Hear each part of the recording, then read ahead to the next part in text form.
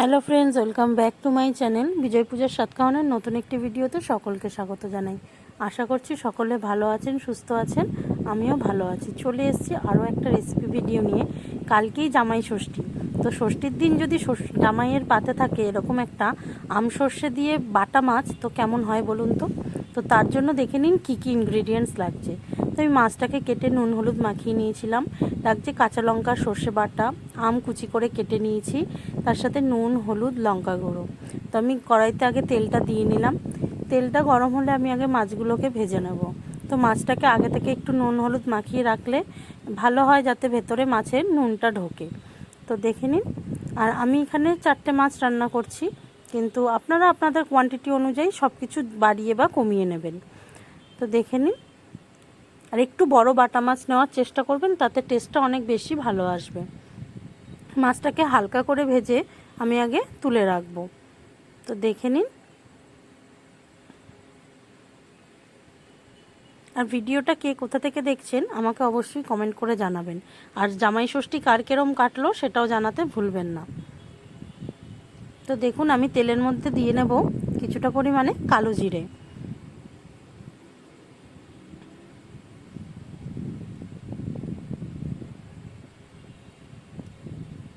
তেলটাকে ভালো করে গরম করে নিয়ে তারপরে দিতে হবে কালো জিরেটা। দেখুন আমার তেল দিয়ে রীতিমতো ধোঁয়া ছাড়ছে, তো আমি এবার দিয়ে নিচ্ছি কালো জিরে।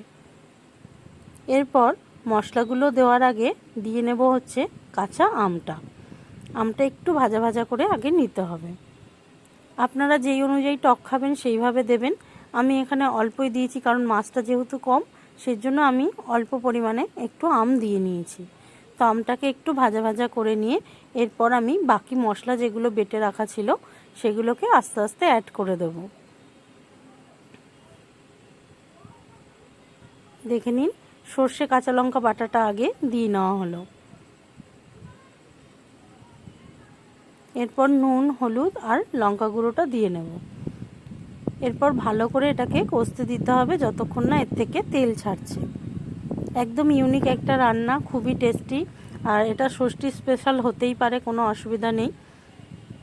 আর এর সাথে গরম গরম ভাত জাস্ট অসাধারণ লাগবে খেতে। অবশ্যই একবার বাড়িতে ট্রাই করবেন। আর এত অবধি যারা আমার ভিডিওটার সঙ্গে আছেন তারা অবশ্যই একটা লাইক করবেন, বন্ধুদের সাথে শেয়ার করবেন এবং কমেন্ট করে আপনাদের অভিমত জানাবেন।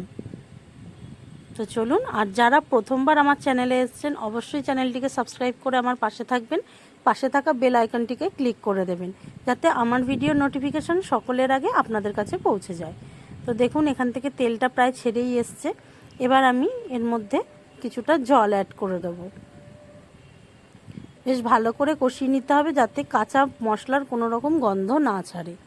তেলটা যতক্ষণ না ভালোভাবে ছাড়ছে ততক্ষণ এটাকে ভালো করে কষতে দিতে হবে।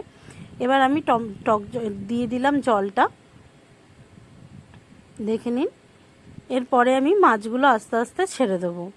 আর খুব বেশি এটাতে ঝোল দেবেন না, একদমই মাখা মাখা তরকারিটা হবে। এবার আমি মাছগুলোকে ছেড়ে দিচ্ছি এর মধ্যে।